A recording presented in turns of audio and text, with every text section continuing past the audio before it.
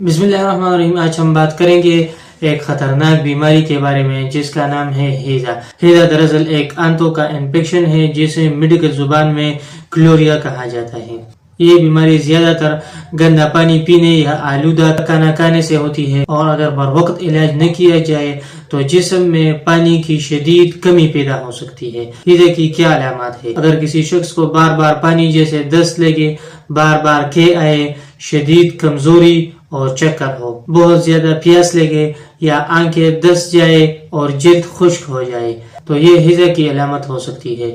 ہیزا سے بچاؤ کیسے کرے؟ ہمیشہ ابلا ہوا یا فلٹر پانی پیئے، کھانے سے پہلے ہاتھ ضرور دھوئیے، باہر کی کئی پھل اور گندی چیزیں کھانے سے پرہیز کرے، صفائی کا خاص خیال رکھیے۔ اب آتے ہیں قدرتی گھریلو تدابیر کے بارے میں۔ نمک اور چینی کو ملا کر محلو ORS بار بار پیئے۔ کیلا، چاول اور دلیا جیسی ہلکی غذا استعمال کریں۔